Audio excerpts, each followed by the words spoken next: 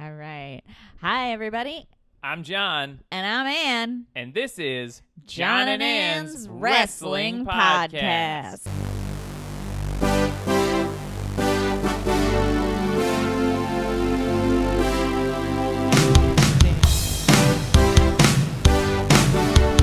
Okay. We did it. We did it. We're back, everybody. We have a new... We're back, and you have no idea how hard it was to get I made us restart recording because I heard a noise and got distracted. And that was an hour and a half ago. We're trying our best here. We're doing our best. We have a new backdrop because we thought this might be a fun little fireside chat. Let's just start with the guy that we need to talk about. Mr.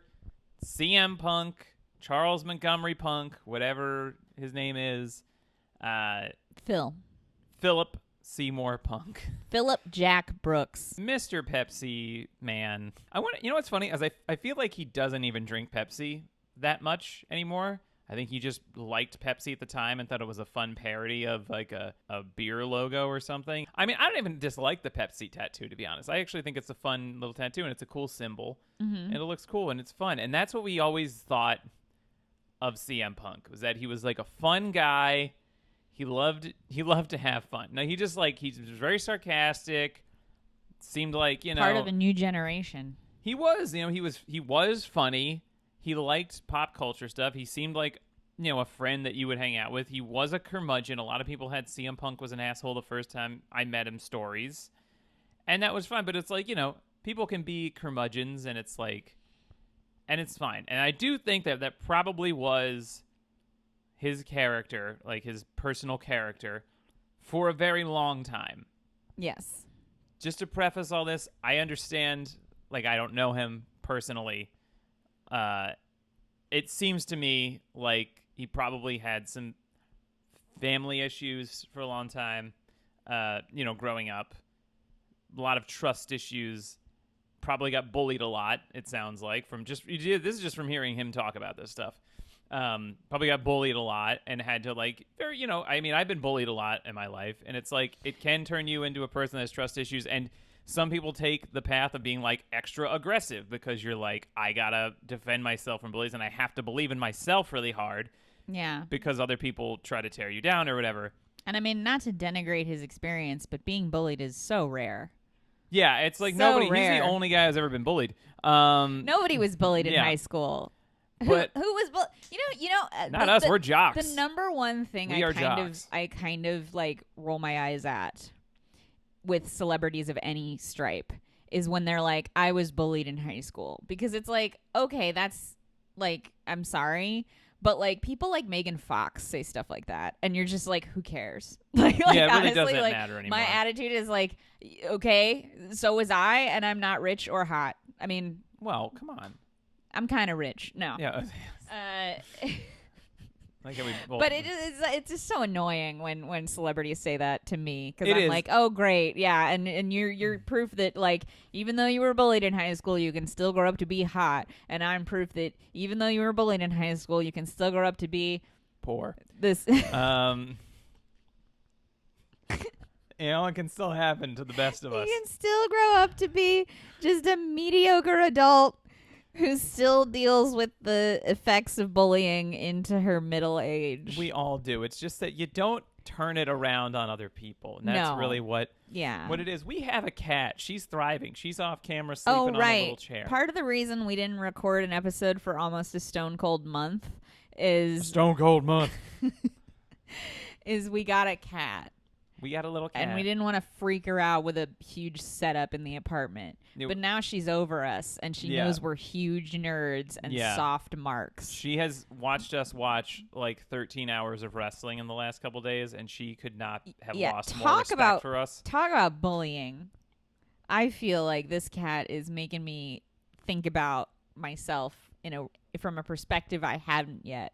In that, like, she was adopted by these two people, and she was probably like, oh, cool, two young people adults in New York City. Prime Clearly, of their lives. Yeah, clearly I'm gonna go to this apartment and it's gonna be wonderful and all glorious. Soirees and champagne parties. Yeah, and in a high rise in Manhattan. And I'll have an Instagram with like 100,000 followers and all this stuff. And then she gets here and it's just two sophomores who do a wrestling podcast and watch hours of wrestling every week and don't leave the house. And live in Queens. I don't think she was expecting to live in Queens. She's a very sweet cat. She is. She loves us, but she does know that we're marks. I can tell. She works us constantly. She works us all the time. That's how she gets so many treats.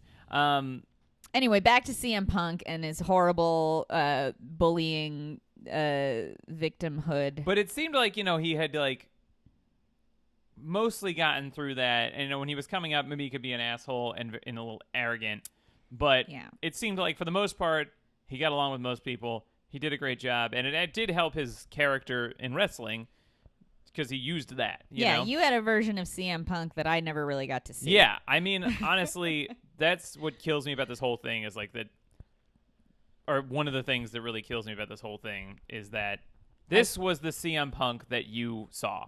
Yeah. And you will never... A guy who came in at the top and just took hot dumps on everybody. I mean... And then was like, what? And then... So, it's just crazy because I've realized that at this point... Well, I just want to say one more thing. Yeah. I want to say that I had hope that this would all work out right up until he kicked Ryan Nemeth off Collision. I'm wearing my Hollywood Hunk shirt that I got for my birthday from this one. And he got it for me because he knows I'm a huge Hollywood Hunk mark. Mm-hmm. And the minute because I've interviewed Ryan Nemeth. I've spoken to him. Personally. And he's a very nice guy. Who was actually on the SAG-AFTRA picket lines. He was on the SAG-AFTRA picket lines making content. I mean, he's one of I've talked to him and I've talked to MJF. And I've talked to Billy Starks. Those are the three wrestlers that I've had conversations with in my life. I kind of have talked to Julia Hart, but there was a manager there and it was weird. But he, I would say, was one of the nicer, more personable. Not that the others weren't, but you know what I mean? He was just We're gonna get letters from Billy Starks now. No, I loved Billy Starks. But I didn't interview her. I just met her after a show. Mm-hmm. And I bought merch from her. So it was a different interaction. Mm-hmm. But Ryan is a really outgoing, friendly dude who's clearly I could tell from my brief interaction with him that his whole thing is that he is building a career for himself. Yeah. And he's interested in people liking him and wanting to consume his content it was the clearest thing in the world to me as a person who has come up around comedians and actors. Yeah, because I was I absolutely recognize this is a guy who understands that being nice to people is how you get ahead in the business, and it just makes your soul feel better. Honestly. Yeah. And he just clearly was a guy who had that in mind of being friendly and I think he even emailed me after our interview to tell me about his comedy shows and and it wasn't it wasn't in a glad handy obnoxious way. It was just a hey would love to stay in touch about stuff I'm doing, and I was that all performers really should be doing. Right. I was this is one of the friendliest post-interview interactions I've ever had with a celebrity. Yeah, maybe he was a bully in high school and that's why he's and now he's really comfortable. Nice. He's comfortable socializing. But I was the minute I heard that CM Punk had thrown him off the show, I was this is a man who is bent on creating a problem. He is excited to create a fight because the only way I can imagine someone picking a fight with Ryan Nemeth is if they sought him out and were let's fight each other. I mean, I love CM Punk. He was one of my heroes, basically. It seems silly. He's not that much older than me to call somebody like that a hero, but he was inspiring to me at a time when I needed some inspiration. And we have, comedy and wrestling are sort of similar in a lot of ways, especially when you're trying to create a career for yourself. And it was the stuff that he was dealing with in WWE felt very similar to some stuff that I was dealing with elsewhere, and it was just and I just loved wrestling, and he was really good and fun to watch. And so it was just great. And then so when he came back to AEW, I was so happy. I made us come home early from a thing we were at. Yeah. So that I could come back to watch Rampage. And I was like tearing up when he came back. I was very happy. You were. It seemed like he had, he said he came back to professional wrestling because he missed it. When he left WWE, he had the moral high ground. I mean, some of the stuff in hindsight sounds a little bit like he was just being arrogant and they weren't giving him the spotlight. But WWE has been in the past. It's easier to hate on WWE. It is because it's more powerful. They have so much power. Yeah. And at the time, especially when he left, the wrestling landscape is very different. It was 2014, early 2014. So we're talking about very close to 10 full years ago. Mm-hmm. Very different landscape. WWE was very frustrating to watch. And probably it was basically, I feel like WWE either like you love working there and it's great and you like love all the people there and you just, or it's like really toxic and hard and soul crushing. And for a guy like him, he didn't fit in there very well. You know what I mean? Like in the backstage stuff. And so when he came back, it was like, great. Now he's got, he's had time to like leave and like cleanse himself. He's done a lot of like acting projects and writing stuff. And he's like, he's got the wrestling bug back because he's like more, he misses it. And he can go to a company that's like just focused on wrestling and is like tailor-made for him. The owner of the company, essentially, the president, the guy who runs it, Tony Khan, worships him. He loved it because Tony Khan was like me. He was a little wrestling nerd who loved Ring of Honor and all this stuff. And, and so he loved like ECW and all this stuff. And it's just like CM Punk was one of his heroes because any of those guys probably and Tony Khan is an Illinois boy. He's from Illinois. I don't know if he's from Chicago, but he like identifies heavily, like you said, with Chicago. So he probably identified even more with CM Punk. And so it was like this place was set up for him, and it was just like it was almost like AEW had been building to like getting CM Punk some sort of like vindication. And it was cool to see him back just to like have full creative freedom and he could just do whatever. But I was like, he's not the underdog anymore. And that's something important. He needs to know that while he's performing because now he has basically unlimited power and resources. He can use that in different ways. He can just kind of ignore it, but like just adjust his babyface. Or he can be a heel, which I never did. And I always wanted him to do this heel where he was like, just lean into what everybody thinks about him, which apparently is what is really going on. I'm the guy that like everybody should thank me for coming back. I'm the best. Everybody should be lining up outside my locker room door to get advice from me. I only want people, like just really leaning into that. And they didn't do that. Granted, there were a lot of hiccups in his run. But it just seemed like it was very exciting when he came back, and I'm not sure. How long was it? He came back in 2021, right? Came back July, I think, 2021, and it was in the lead up to All Out, which that All Out 2021 was one of the best wrestling shows I've ever seen. It was like one of my favorite. It just felt so perfect because it was like they had been building and they had been doing great shows, but this was just like, oh shit. Yeah. These guys are legit. Like this is here. It was like every match was just basically perfect. CM Punk came back for the first time in 7 years and had a great match with Darby Allin. Like, he didn't look bad. Because we were worried because he hadn't wrestled in so long and he lost his UFC fights. And so we were like, I hope he doesn't look bad or whatever. And it was great. And he seemed happy.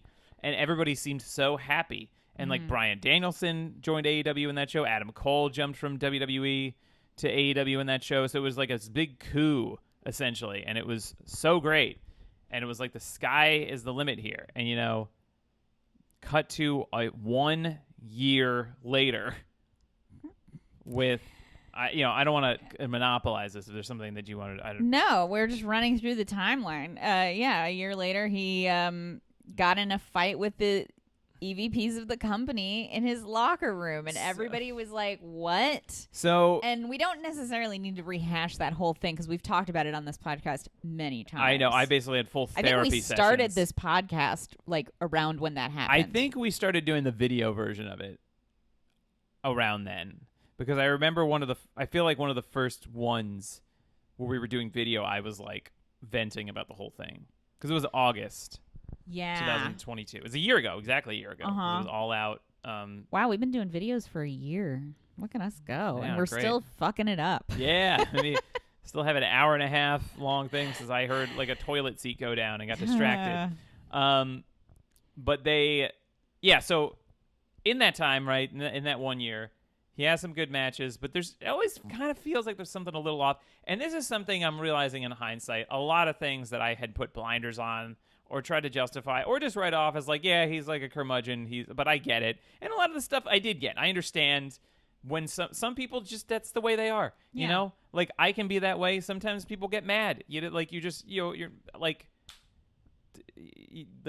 don't want to do something and then you make the right decision later. Like, a lot of fictional characters that I like, you get annoyed by stuff and then make, better decision or whatever. They can be curmudgeons.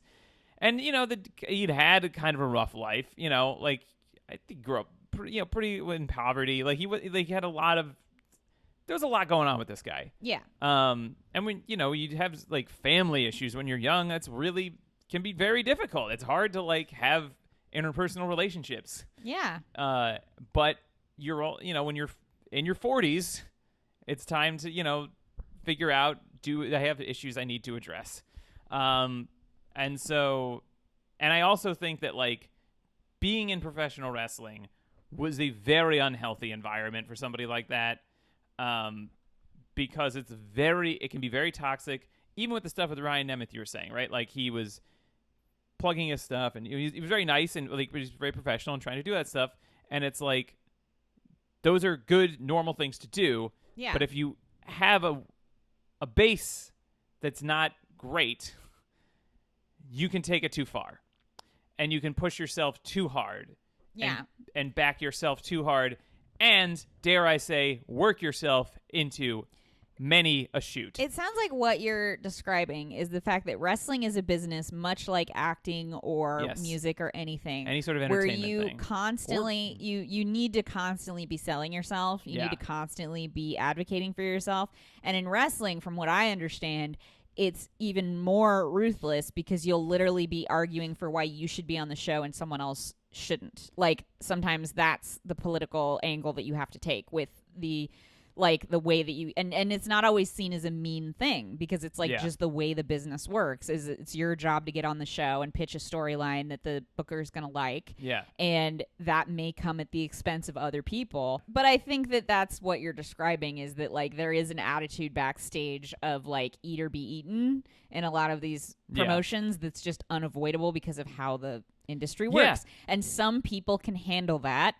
And some people can't. Some people when and it's not bad to not be able to handle it. It's just a thing. Yeah, I mean, and even if you can handle it to a degree of success, like you can handle it in so much that you can obtain your success, you might not be able to handle it in that it doesn't kill your soul and eat you alive. Because then some people can't turn it off, and then they just keep doing that, especially if they already had some of those tendencies already. And you know what? Now that we're talking about that angle, like with CM Punk, it felt a little bit to me as an outsider kind of observing this, that he just never, and I've said this on other episodes before, but he just, it felt like he never let go of the idea that he had to do that. Whereas you watch guys like Jericho or Moxley and the way that they work at the stage they're at in their careers. And I'm sure they do the same thing, but they also recognize that they're draws and they don't have to squash other people. They don't have to like... You're only a draw if everybody else around you is a draw, too. Right. I mean, but ultimately... It's like... But you know what I mean? Like guys like Jericho and Moxley, they'll work with younger people. They'll put guys over.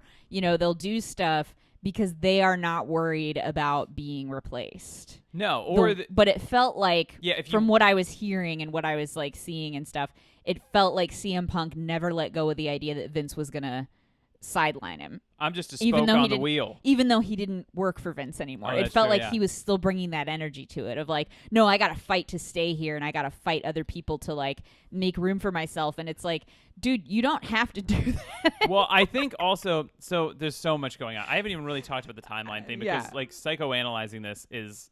We're all over the place. Yeah. Well, it's very satisfying for me too because it helps, I don't know, it helps. But I think being in WWE for a while for him was also very bad because we're talking about all this toxic politics and stuff.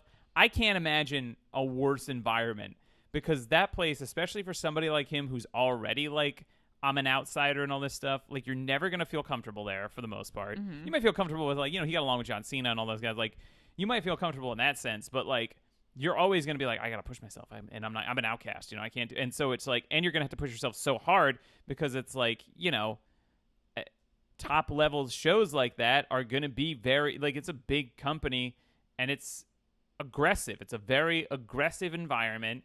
People are not nice a lot of times, and it's just can be. And if you want those spots, WWE also is like very fickle with their product, except for a few people. You know what I mean? Like John Cena and Roman Reigns, they're not fickle. Those people are static, and there's nothing pretty much you can do to remove them from the spot that they're in, and they just stay there until they can't go anymore, or until they piss off, have a weird falling out with Vince or something like that. Everyone else is replaceable, and you've seen it.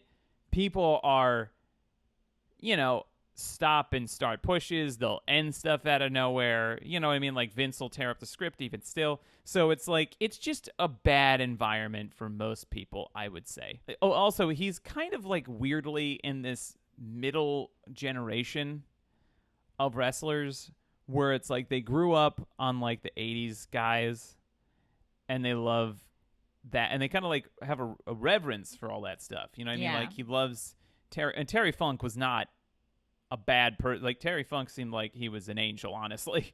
He was like, but it's like an era, and forget Terry Funk. I don't even know why I said his name. Like, but people that would like Hogan's and stuff, and he didn't even like Hulk Hogan, but like it was an aggressive time. It was a toxic time in a lot of ways, and people would fight. Yeah. You know what I mean? And it was a thing. It's like that old school. It still had that carny. Well, it was thing. It goes back to what I always complain about with some certain wrestling dudes, and to quote the late great Bray Wyatt, R.I.P. Wyndham and R.I.P. Rotunda. Terry Funk. Yeah. Some people. I was watching a video of him at a scrum, and he was saying that for some people, it's a sport. For other people, it's a show. Mm-hmm. And for me, it's a show. And for guys like Bray, I think his point was it's a show. And so that's why he did so many theatrical, big character stuff. Yeah. But what you're describing, and what always, like, the sect of wrestling that I feel like a lot of problems emerge from are the people for whom it is a sport. And it needs to be a sport because they're not actors. They're real tough guys. They're real toughs, and they can fight. And you better not mess with them because they're so tough and strong, and they'll beat you up if you say anything else. And it's like, why would you want to live in that world? I mean, it was a different time because they had to believe that, because they had to. Yeah, I think the truth older is that guys like Terry Funk, for instance, like.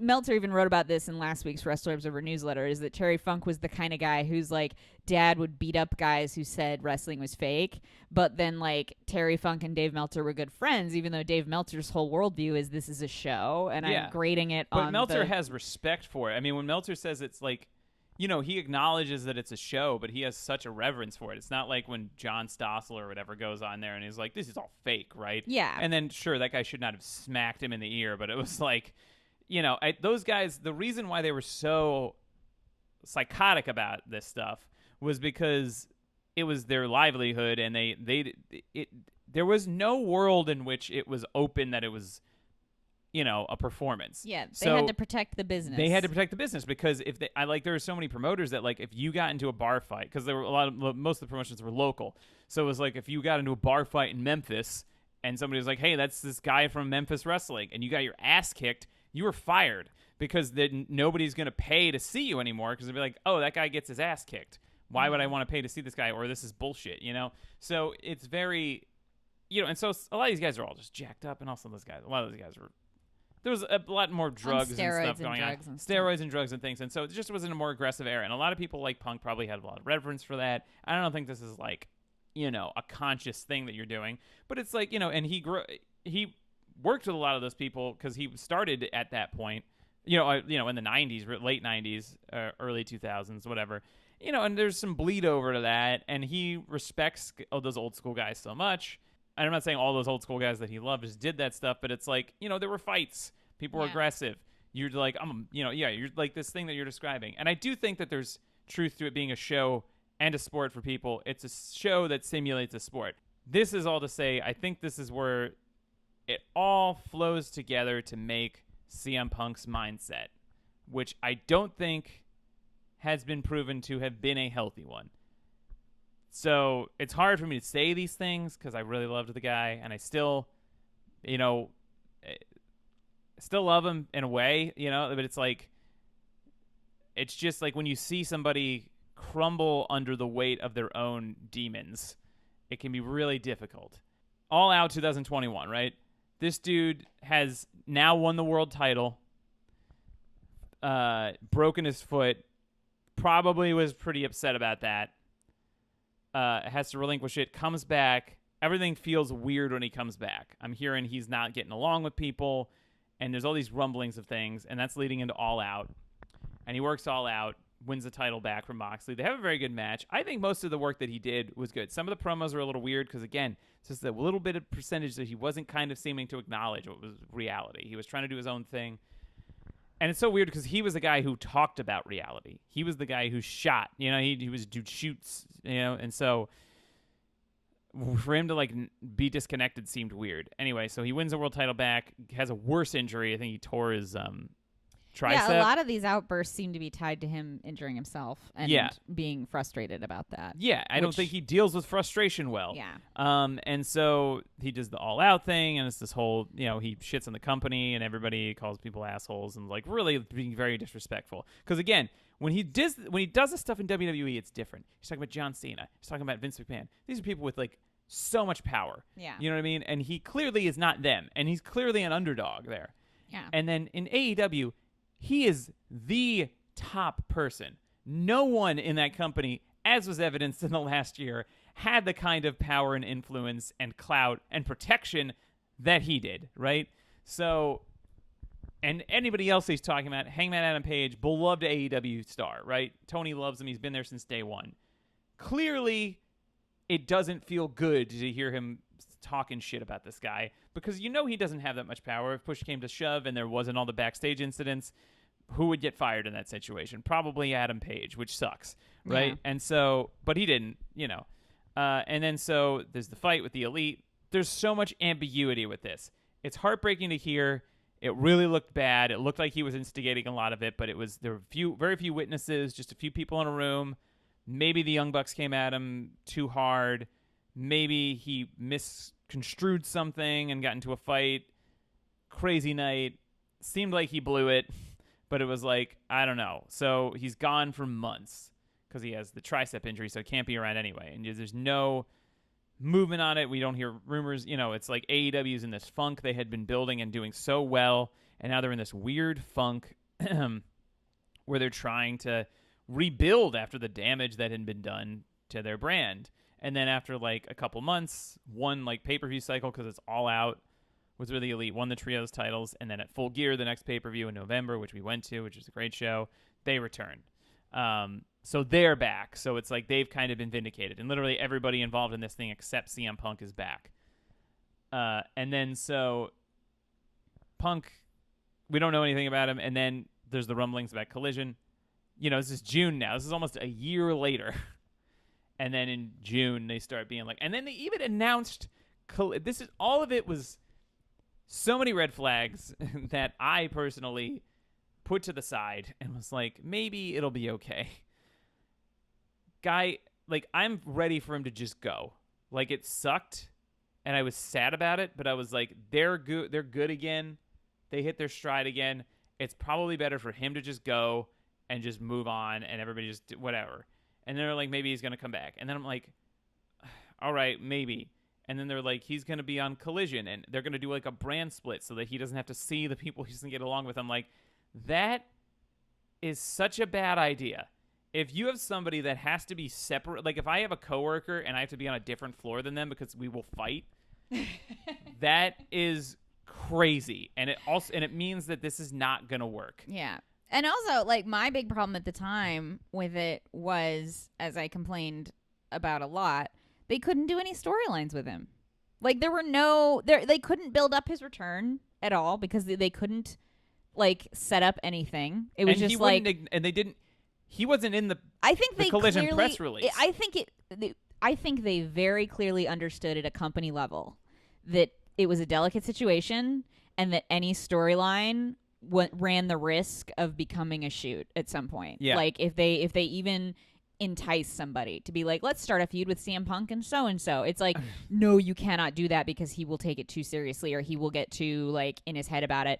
And like, because the only people he like came back with, like from the minute he came back, it was like Juice Robinson, Samoa Joe, Darby Allin. Like it was just like this Jay White. It was people that like felt very safe for him to like. Well, yeah, Joe. He's not gonna. I mean, Joe is a guy that like he respects a lot, and he's known him forever. You know what I mean? And also, he's like Samoa Joe. Like everybody loves Samoa Joe. He's like legit. And he was just he was just redoing a thing he'd already done with Samoa Joe. Yeah. So it was like clear that they were like, he can do this because he's done it before. He won't get crazy about it. Like, let's just have him do this. You would hope, because yeah. I mean, there's nobody's bulletproof with him. Cole Cabana was like a brother to him. You know what I mean? Like, yeah, from the but I mean, so you know what I mean? Like, they probably didn't want to put him in a storyline with someone he hadn't worked with or someone they weren't sure could handle, like, his mindset. He had never had, like, known issues with Joe.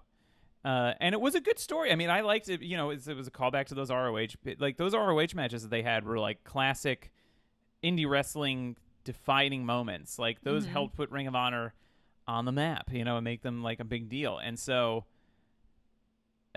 it made sense, and the matches they had were good. I mean, everything when he came back was good, except that initial promo, which was, in hindsight, was again, I know the match quality wasn't bad, but it's like they weren't doing really storylines with him very much, and he didn't have a clear point of view as a character in the show because half the audience is booing him, half the audience loves him, depending on where you are, and he doesn't respond to the boos. Like his response was so inconsistent because he would constantly oscillate between saying things to elicit boos from people, like saying heel things that doing a heel things says, in matches. And then switching and wanting to be a face and aligning with faces and fighting heels. And so it was a very confusing thing from a narrative standpoint, just as a person who like doesn't have all these connections to CM Punk, watching it just as a confusing. Yeah, as a person taking it on face value, I was confused constantly. I was like, am I supposed to cheer for CM? Like, they want me to cheer for him because I don't want to cheer for him. There's nothing about this man that makes me want to cheer for him. I know. He did not do himself any favors. And when he came back, and it's like, there's a way to do this if he was a heel and just leaning into things. Or, like, I think, he could have been a heel. Like, to quote Papa Dave, like, he came back and he didn't learn anything and he didn't change. He never at any point apologized for anything. And that's not even to say that's like... He apologized to Tony, as he said in that Sports Illustrated interview. Sure. I mean, but we don't see that. But we don't see that, brother. I don't see you, like, you... Well, it wasn't Tony. It was the fans at that point he needed to make up with. And he didn't understand There that. was a disconnect. Because, again, for him, it's a sport. So he was comparing himself to basketball players who'd gotten in fights. He's comparing himself to hockey players. And it's like, dude, you're not one of those. That's not what you do. And it's... Yeah, you have to connect with the audience. It's a show. A performance. Like, to some people, it's a show. Well, when they had Dennis Rodman on, I was thinking it's like so interesting to watch like an athlete show up and talk because it's like, yeah, they don't learn how to talk because you just play the sport. You know what I mean? It looks similar to wrestling, like, any sport does because it's like a bunch of people gathered around and looking at a field of people doing the sport. And that's anything. I mean, boxing, I guess, is like the the most one-to-one looking thing. But even a basketball game looks like a wrestling show in its design. Yeah. But they just play basketball. They don't. Right. I mean, some people do they do interviews and things, and some people are more charismatic or better at more. But in basketball or in sports, you learn. Also, like basketball and other sports, like you win.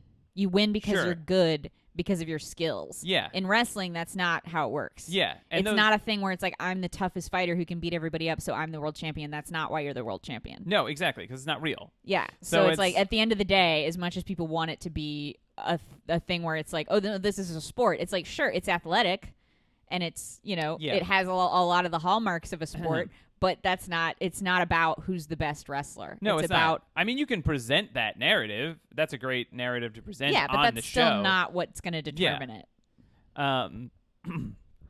But yeah, but that's why athletes can get in fights and stuff and still be like keeping their jobs. Because because like, as long as you can do it on the court, you're delivering on the court. You know, you had a scuffle backstage, no big deal. But here it's like, you know, we need you to work together and prepare. You know what I mean? And your other people are putting their lives in your hands. Yeah, as he talked about. Yeah. So it's like if he's afraid that Hangman Adam Page is going to shoot on him, think about any other wrestler like being asked to work with this man. Yeah. Who like maybe doesn't know him super well, or like, you know, sees that he manages to get mad at guys like Jungle Boy, and you're like, well, who's going to want to work with him now? Yeah, and it's like... And we can get into the all in now, because I've just accidentally set that up. Yeah, you did. I mean, even also just a quick thing about that is like, if you're worried about somebody else, that means you're also distracted, which means you can also fuck something up and hurt them. Mm-hmm. So it's like, you know, it is what it is. So basically, when people were trying to say this, there with all the ambiguity with All Out, and people were like, oh, people were taking sides, right? The Elite or CM Punk. No one was like a bigger CM Punk mark, right, than me. I loved him. I was like, I don't think this is a side-picking situation. Because, A, I never bought this whole thing where they're, like, conspiring against him. Because it's like, it's their company. They want you there. They want to draw. They want to make money. Nobody's trying to, like, kick you out. The reason that started was because people were worried that he was pushing Colt Cabana out. He said he was not doing that. CM Punk is very good at believing his own narrative. I do not think he is a liar. I don't think he lies about stuff. I don't think he's disingenuous. I just think that his version of reality is different, and he can very easily convince himself that whatever his thing is the correct thing. So maybe he never said to Tony Khan anything, right, about Colt Cabana. All the stuff that was reported during the Collision thing, with the Ryan Nemeth getting kicked out and Adam Page being moved, even if it wasn't his call, seems like the Colt Cabana thing was probably the case, right? He probably was pushing it out. So now they're like upset that this environment is even happening. They're upset about their friend Colt, but they're upset that this is even like happening in their thing. So maybe they were upset about it and talking about it, but it's not this like conspiracy theory. No, I think it's what we were talking about earlier. It's two different mindsets on how the business runs and how businesses run in general. And for those guys, it is a show. The Elite, those guys are very much performers. But it's also like, again, like we're thinking like the people that I've seen on Twitter defending him are all people who bring up stuff from 20, 30 years ago about how the business ran. Not only is wrestling different than it was 20 or 30 years ago, the world is different. Like the way workplaces work is different than 20 or 30. Like you're talking about stuff that happened literally a lifetime ago. Yeah, like you've got fans in the audience who weren't alive for some of the stuff these people are bringing up. And talking about these work environments, like those people are retired. Yeah, you know what I mean? Like if you want to bring those guys back, fine. Let's watch a bunch of 70-year-olds scuttle around the, you know what I mean? But it's like, this is a different world. It's just time does move on. And as much as there are people who are hanging on to that past and saying like, oh, but it used to be that you could beat up a guy and have him thrown off the show and no one would care because you were the star, you were the draw. Yeah, and it's like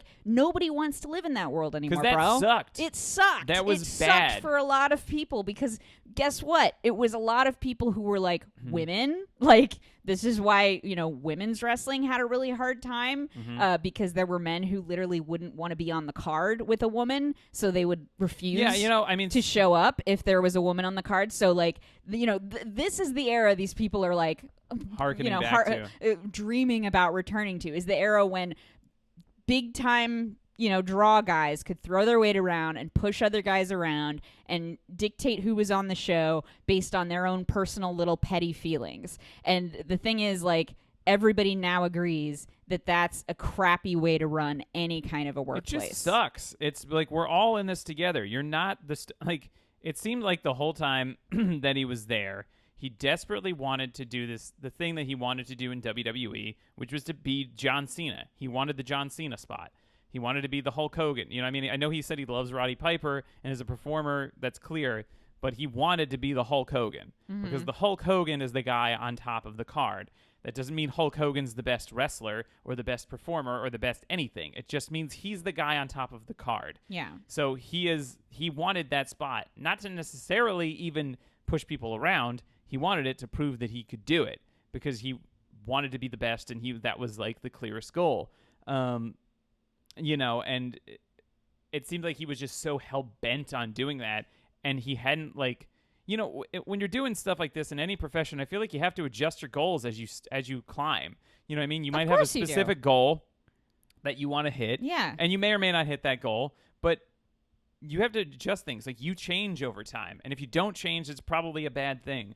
You have to change. Yeah, like if you evolve. Everybody evolves. If you're getting injured a lot and the injuries frustrate you this much, maybe you don't need to be wrestling as much as you do. Yeah. You know, if you're if you're the draw of the company and you're getting this huge warm welcome, maybe you don't need to be fighting for spots and fighting the little guys who are up and coming, like as though they're a threat to your existence in the company. Like, it's just not. It was all beneath him from the beginning. And the fact that he was so hell-bent on, like, exposing some conspiracy against him, it just made him look beneath nuts. him is the perfect way to say it. It did make him look nuts. It was so unnecessary to do any of this stuff.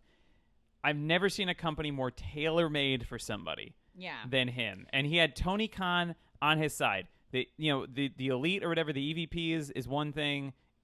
But but Tony Khan was the guy. He's the guy who makes the decisions, and he worshipped CM Punk. So when I was saying it's like the elite or CM Punk, I was like, I do not think that this matters. If it's not the elite, it's going to be somebody else, because I don't think that they are the problem. Maybe they were pissy about him or something, or said some everybody shit, else in the company works with them. Everyone, nobody else problems. There were only other two fights I've ever heard about. We watched FTR wrestle on the same team as them last night. I'm not there, right? So all this could be bullshit, right?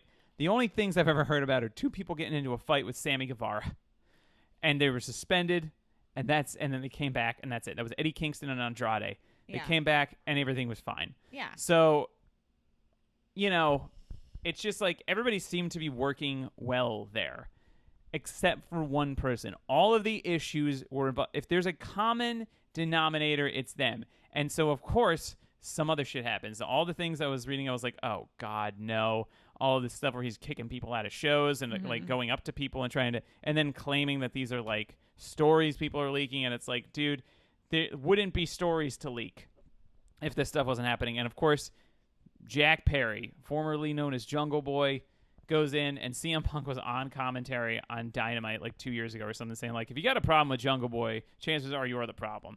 Guess that's like in character or whatever. But truly, Jack Perry is a great performer. Has been having trouble seeming mean.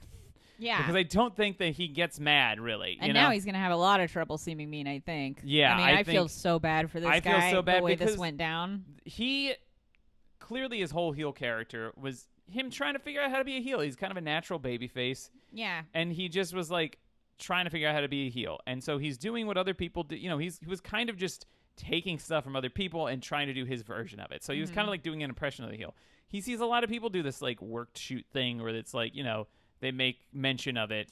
Yeah, and he probably was really mad about the glass thing. He probably was, because he got it cleared and CM Punk wasn't his boss. He rented a car, which you just know he had to rent a car on his own credit card and submit for the reimbursement later. He's only 25. He's only been able to rent a car for a few months. Yeah. He was excied to be able to rent a car. I know. Finally, he had without this his whole mom thing co-signing going. it. Yeah. So and so he and CM Punk had some creative control, but he wasn't his boss.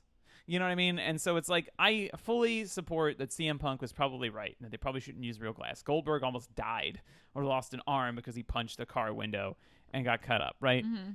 Probably not the hill to die on, but he was, I think, just doing it to get heat because he looks cool, because other people do it, and he thought, and he's 25. Yeah. CM Punk, I think he's 26 now, actually. 26. CM Punk is basically 20 years older than him. Yeah. And so we are at the biggest show, basically of all time, by far the biggest show AEW has ever done. And the person who repeatedly said that he's a professional and that everybody else is children, the guy who constantly brings shit up, the guy who loves to shoot, but the second anybody else does it to him, it's it's justified in his mind as being a problem, does this thing, or whoever instigated it, whatever. If we believe the neutral source, it was CM Punk.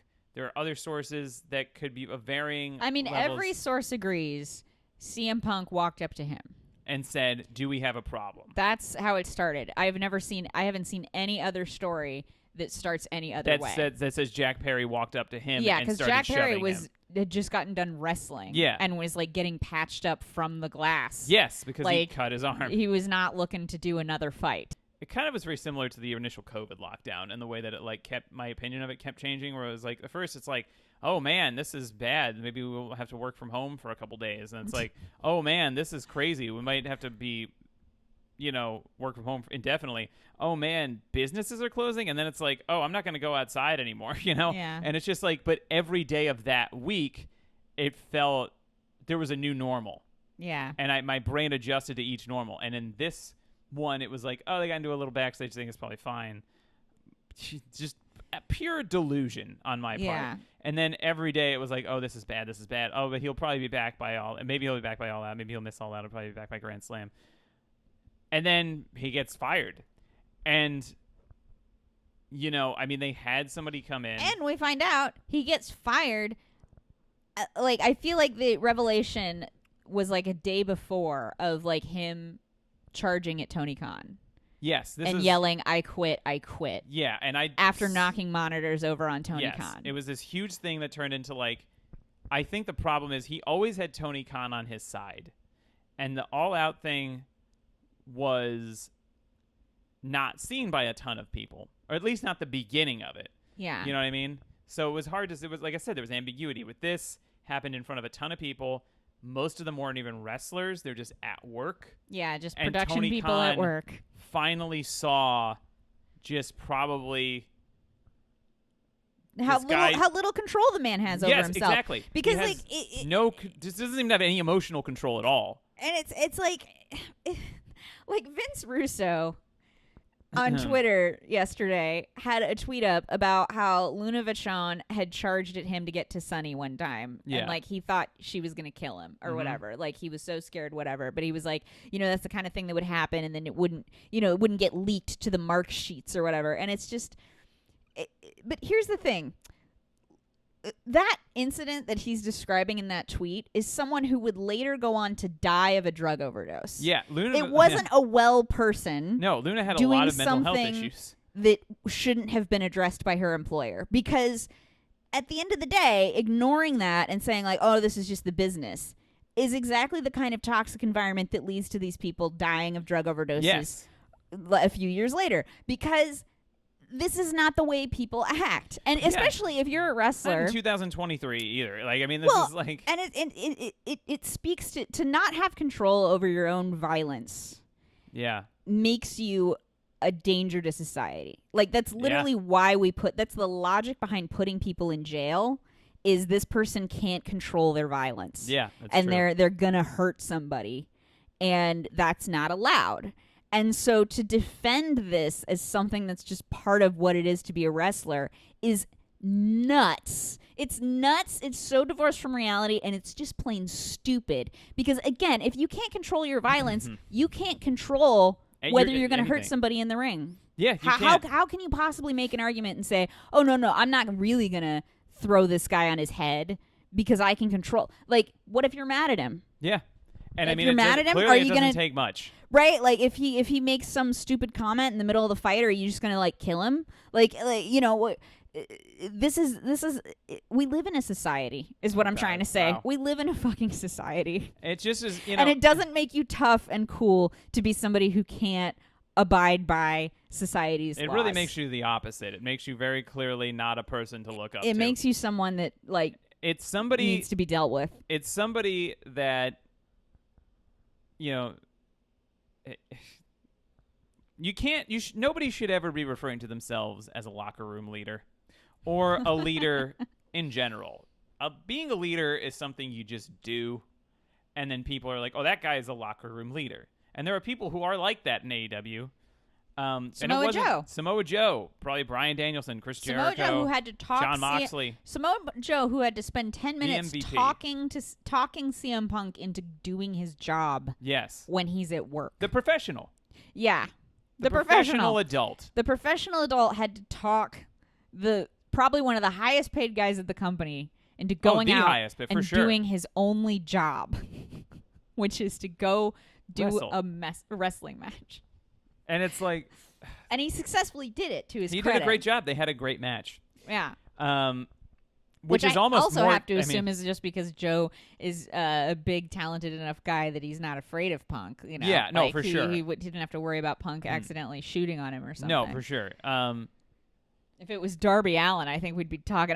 No, I think Punk likes Darby Allin too, but I think no. But if I'm Darby Allin, I'm not getting in a ring with Punk after that happens. I'd be like, no. If it wasn't somebody if it wasn't a big tough dude who was such a pro that was such a veteran and had worked with him so many times and had known him for 20 years, sure. I want to say one more thing about another thing that really after the news of his firing was announced, I was kind of like, oh, this is a sad end to a sad. I mean, it is sad situation. But one of the things that made me, again, stop feeling sorry for him and go, oh, fuck you, was the leak to House of Wrestling. Yeah. Which is his friend, seemingly kind of his personal. Yeah, seemingly the leaks from CM Punk's camp go to House of Wrestling, and House of Wrestling had a story about how a few days before All In, he was supposed to have a meeting with the Young Bucks and I think Tony Khan and maybe Jericho or somebody. He was supposed to have a meeting with all these guys to bury the hatchet that then got canceled. And then this was presented as a reason he'd been on edge at All In. And there's two reasons that this pissed me off. One, what an insane thing, to get put in a chokehold by a dude, if you're Jungle Boy, to be like, oh, I was put in a chokehold because someone canceled a meeting. My meeting was canceled. It was rescheduled. That's more insane. Yeah. Two, he loved Terry Funk. Yeah. He knew Wyndham Rotunda, I assume. He knew him. Yeah, for sure. They worked together.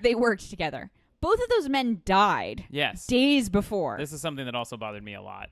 And he doesn't think to say, I was really upset about these two people who were really important to me passing away in the same week, and that's why I was emotional. Instead, he goes to some canceled meeting bullshit. I mean, also, give me a break. Also, sir, there are I literally was like, Kim, people are dying. Also, these people, Bray Wyatt died. Beloved man, but died at 36 years old. Horrible week for wrestling. And horrible. But week for the world. How the fuck does that not make you be like, you know what? Life is very short. Right. Why don't I just chill the fuck out? Yeah, either that or at least after this happens, be like, oh my God, I'm going through it. You know, oh my God, I'm hurting. Maybe that's a sign that you have no emotional intelligence at all. Maybe it's a sign that you have a mental illness, I think, too. It's just that you just have stuff that you need to address. It's just... It just blew my mind that was the thing he came up with. They canceled my meeting, or, they messed up my travel from the airport. If you're choking out Jungle Boy, you were not ready to bury a hatchet. In order to bury the hatchet, you need to be calm. You need to have reached some level of closure about something. John, you're not... Sorry, go ahead. What? Something just occurred to me, too. He's talking about this meeting getting canceled a few days before All In. What happened a few days before All In? Oh, Bray Wyatt died? Yeah. I mean, to be fair, none of the Elite members know him at all, but... No, but I mean, if they're having to, scramble... Yeah, of course, to do, if something has happened where they're having to rearrange bookings or figure out what they're going to do for this, I mean, it goes back to what I was talking... Oh, yeah, that's true, because a lot of people did know him and maybe were like, I can't be on the show tonight. Not even just to say they probably had other things to do the week before the biggest show they've ever done. It's a very selfish... literally, it's just the most selfish point of view I've ever heard. I can't even get my head around how self-centered you have to be to think, they canceled my meeting the week before the biggest show they've ever done. Yeah, the week when two wrestling legends passed away, unexpectedly for most people. And, it was just. Yeah, and the biggest show, it's like All In is about to happen. Yeah, these people died. Like All In is about to happen. It's the clearest. There's other shit going on. The dude. clearest evidence that this man has no sense that there's a bigger world than him. And it's just like clearly, it's just there's no level of blame taken at all. It's like you just need to. And there's all these rumors that he's gonna have this like explosive response, and it's like. It's just Who cares? No, I know, but it's just so. Well, I care because it's like sad. I know I shouldn't care anymore, but it is sad to watch somebody just continue to crumble. Just shut up. Just stop talking. It is you. Yeah. It's your fault, man. I'm looking at you right now. It is your fault. Okay, I don't care what the rumors are, what anybody said. I know I'm not there. Fuck me. I'm a mark. Right? You have a problem. You need to address it. You were wrong. And please, as a fan, stop. Just stop. Just stop talking. No more pipe bombs. You're not that guy anymore. You were wrong. Just take a second to be like, what did I do in this situation? Maybe this isn't healthy for me. Maybe it's not good to even continue to engage, because I can tell you, as somebody who was watching that show, I have never seen a promotion more tailor-made for somebody. John Cena in WWE wasn't in as comfortable a spot as you were. So, like, my friend, you just have to stop. You won't. I don't have a lot of faith that you will. I know that you think that that's the other thing is you got to evolve, right?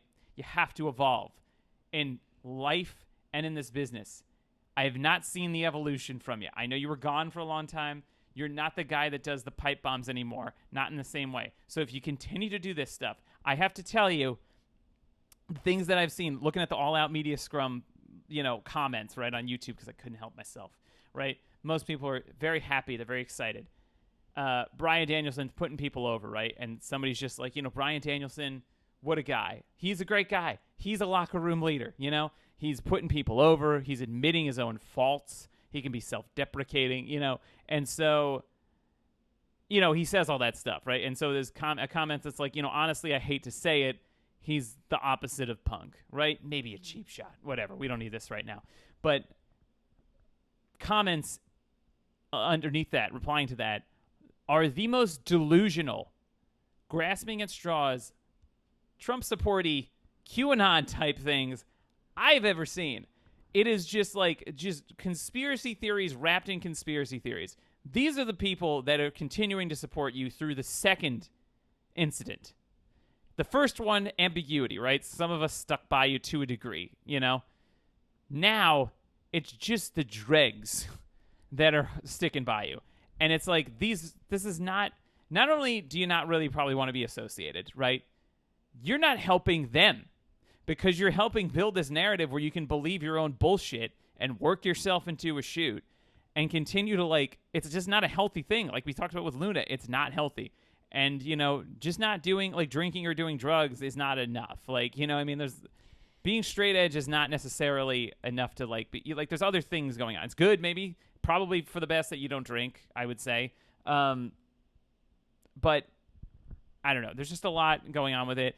I do want to say I'm very proud of the Chicago crowd, especially at All Out, because they were great.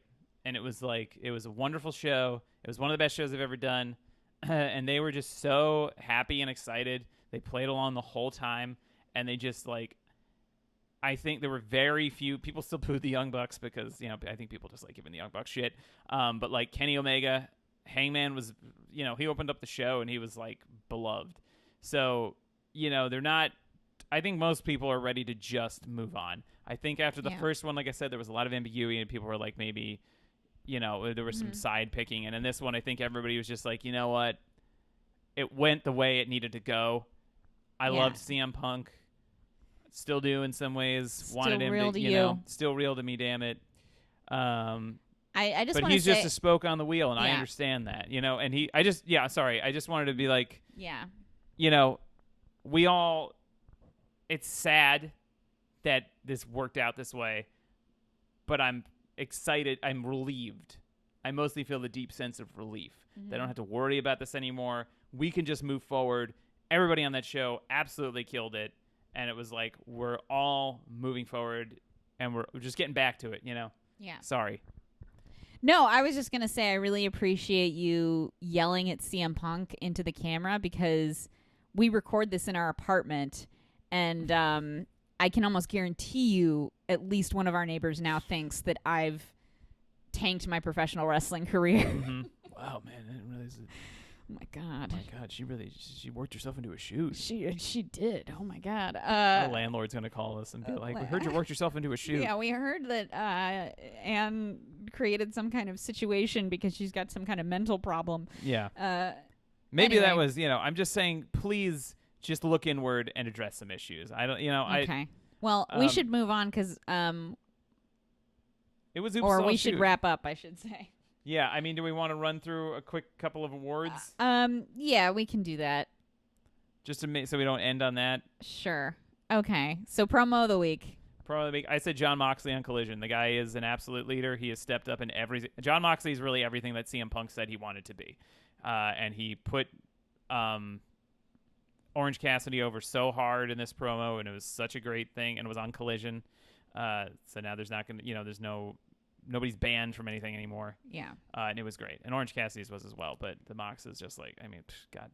Yeah. Perfect. So my promo of the week is going to be Stokely Hathaway's running bit with Samoa Joe because he's doing this thing with Samoa Joe right now where he pretends to be Samoa Joe's friend and Samoa Joe makes fun of him and totally dunks on him to his face. Mm-hmm. Chris Statlander got involved in some of the videos they made. Mm-hmm. It's just really fun. I love Stokely Hathaway. I want him back on TV. Someone had a sign. I know. Someone had a sign a couple weeks ago, I think, at one of the shows that was like, I miss Stokely on TV, and I couldn't have agreed more. He's been on ROH, I think, and that's where the Joe thing I know, but it's not the same. He's also really good at doing these silly tweets, like when CM Punk drama happens. Yeah. So he just undercuts the whole thing, and it's great. Well, he's part of that. Like he came up with MJF and them too, and I feel like he's very much part of that. I mean, he did WWE stuff, obviously, but he did some indie stuff with MJF and them, and obviously Joe, and I think he just knows how to work. Like he knows, he understands the assignment and he delivers. And MJF looked like a consummate professional this entire time. It's also great that MJF never once mentioned the Real World Championship thing. And was the biggest draw without it. Because that's what's amazing is that MJF, I never worry about MJF not understanding that something's beneath him. Yeah. Like MJF, most everything is beneath him. So he will just not acknowledge things unless it works in his favor to acknowledge or unless he can be an asshole about it. Yeah, unless he can be really funny about it. I mean, he was tweeting about One Piece. That was great. It was great. That was a perfect heel tweet. It was great. Okay, match of the week. Match of the week. I mean, you could have picked any number of things. I tried to pick all in and all out, but I will say this is hard, and this is almost too hard. But I'll say Bryan Danielson versus Ricky Starks in that strap match because of just. First of all, it was a great match, and the way that Bryan Danielson put over Ricky Starks in the post-show scrum and all this stuff, and the ending that they did and everything, and it's just the curveball because that's supposed to be Ricky Starks versus CM Punk, and they made it work so well, and everybody, and they didn't just bail on the story of it and do a shoot. They acknowledged the situation, but it was still like Bryan Danielson defending Ricky Steamboat, and it was just they just made it work, And Ricky Steamboat was great in this too. He was good on commentary. The little bit of physicality he did, he looked great, and it just delivered so well. And I was very proud of Ricky Starks. That was a good match. I enjoyed it. And also just all out in general. All In was a fantastic show, and All Out was such a beautiful show to see because it was just everybody was. Both those shows were great. Yeah, the only note. Just book some women's matches, man. Just a couple. Well, that's a good segue to my match of the week, which is actually my match of 2 weeks ago. I really enjoyed Trinity versus Deonna Purrazzo. That was great. And that was on the Impact pay-per-view. I think it's Emergence is what it's called. I think so. Yeah. And it was last Sunday. It was after All In. Yeah. But I watched it, and it was a really fantastic match. Mm-hmm. I mean, I called you in to watch some of it. I know. It was great. Because it was so... it was very hard hitting in a way, and I want to say this, I was really excited for the Rhea match at Payback. Mm-hmm. Payback, because what's her name? Michelle Rodriguez.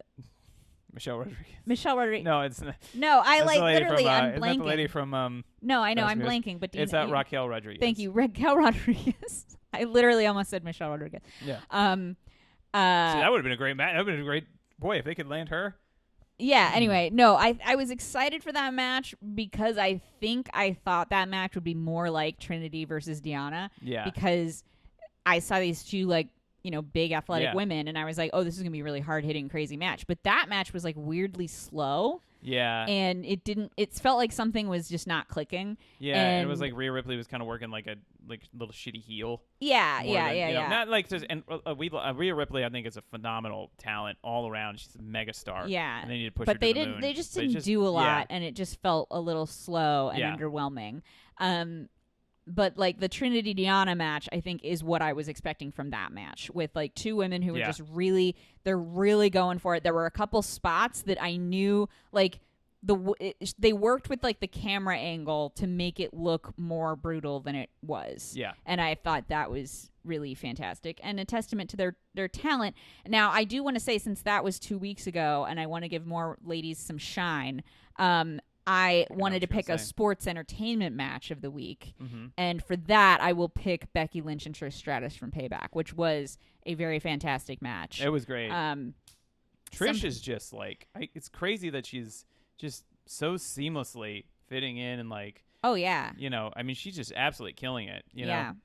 Goes to show you. I mean, I know you've talked about how like she's from an era when women didn't get as many chances, and so now it's kind of making up for that. But like, it just goes to show you what that era missed out on, in my opinion. Yeah, absolutely. Like, it's like, see, this is what happens when you don't give women chances. Women like Trish Stratus have to wait till they're almost 50 to give these kinds of matches. Yeah, exactly. To be able to perform. And we're just and lucky that she still can. Not that she's that old. I mean, but it's like, it is harder in your late 40s to be like, a top level athlete. It's just like. But that's why it's good to have accountability backstage. Yeah. So that people don't just get cut out of the business for petty, stupid reasons. Yeah, and I do want to say, like, Payback was one of the most aggressively WWE shows I've watched, and I think they've been having a good year on pay-per-view. I really only watched the PLEs, but they've been mostly really good. But that show was very like, nothing was bad. It just was like this is a WWE show. But that Becky Lynch Trish Stratus match, Seek It Out, that was fantastic. And the tag team title match was also great. And Seek Out Trinity and Deanna. It's on. Yeah, actually, that as well. Yeah. This pay-per-view also, if Seek you're Out like Impact in general. If you look at a AEW pay-per-view that's $50 and you go, oh, I don't know, the Impact pay-per-view is $9.99. Yeah. So just go buy it on Fight Plus. It's great. And like every couple of months they do one that's like 30. Yeah. And it's like, and that's also still worth it. Impact is great, and Impact is also a great destination for women's wrestling. It is. Because they feature women's stories across the board. The multiple women's stories running, they'll have multiple women's matches. It never feels like the men's roster is getting slighted in any way. You know what I mean? And it's just like, if that's anybody's fear holding them back from booking women's matches. And then like, they also are the only major promotion. I mean, GCW does it too, but the only major promotion like on kind of regular television that does intergender matches. Yeah. And like anybody can wrestle anybody, and it's great. Mm-hmm. And I would love to see more of that. Okay, so outfit of the week. I said Kevin Owens and Sami Zayn because they had basically full-on hockey uniforms. And they had them like hidden behind. They like went behind a table and came out. Oh yeah, they popped up. Full pop-up jerseys was good. and pads and sticks, and it was very funny. Mm-hmm. I picked Rhea Ripley because even though her match was a little underwhelming for me, she had a great look at Payback. It was very back to basics, back to what we love from her, like the black studded leather. And she just always looks so freaking cool. And I mean, she's growing her hair out a little more. I liked the shaved sides, but you know what? I'll let her do what she wants to do. She's getting married, so like maybe she wants to grow out her hair a little bit. But she looks great. You look great, babe. You look great. That's great. Let's do nerd fantasy booking. Yeah. Do you want me to do? Which one do you want to do first? I want to do yours first. My nerd fantasy booking is that CM Punk gets counseling and tries to address his issues and stops just burning every bridge in his life. Okay. And then maybe not even necessarily comes back to wrestling, but just finds peace. Okay. Mine is, and I don't actually want this to happen. I think I wrote this before all of this happened. In fact, I know I wrote this down before all of this happened. But if MJF were to go to WWE in 2024, in the bidding war of 2024, I think it would be incredibly funny if he came into WWE but was only willing to wrestle the women. Because the women are so much cooler. Mm-hmm. Not because he thinks they're weaker, but because he's just not impressed with like Austin Theory. Yeah. Like I think that would be a very funny angle for him. God. To only be afraid of like Rhea and Becky and Yeah. like Io and like these are the only people he fears, and these are also the titles he wants. Because also I think that's a great heel thing to be like, I don't want that title. I don't want the title Austin Theory has held. Yeah. Ugh, who cares? That was exactly what he I would want say. the title Rhea's got. Yeah. You know what I mean? Like just a weird shitty angle. I think that'd be really funny. Yeah, absolutely. And also it would be Something hilarious. Yeah. It would be fun to see him work with those people. It would be different, you know? MJF versus Bailey. Oh, Let's God, that do would it. be great. God, it'd be so funny. Oh, they'd be so fantastic. Yeah. Anyway, sorry. Okay, that was my. I also want to say I'm mad about Sunny Kiss getting released. Yeah. And Tony this is the final thing I just want to say. Tony in the scrum did say that they have 100 people on their roster, and that was part of why. And the stuff with CM Punk makes me even angrier when you think about it from that angle. Well, you're like, there are 100 people on this roster who are, some of whom are losing their jobs so that they can afford to pay this dude who had to be talked into opening a pay-per-view. The biggest show of all time. Biggest show. He had to be talked so it's like, into it. If you can't be a professional adult in that moment, when are you able to focus up? Yeah. You know what I mean? Even if you're like, Jack Perry shouldn't have said that shit. Like, it was probably dumb on his part to do that. He's very young, and it's like, you can just talk about it later. And you know what I mean? Sonny can do the splits on the ropes. On the ropes. Sonny can do a back handspring into a full hand slap. Yeah. I've never seen CM Punk do either of those things. I'd like Sonny Kiss to go to GCW, I think. I think that would be that would be cool. A great environment, I think, for Sonny. I mean, the GCW crowd is like the progressive ECW crowd. Yeah. And it's like, I think Sonny Kiss would do well there. That's a bummer. I'm upset about it, and they better bring Sonny back. Otherwise, I'm going to be mad. Okay. Yeah. All right. That's all the time we have. Okay. Bye everybody.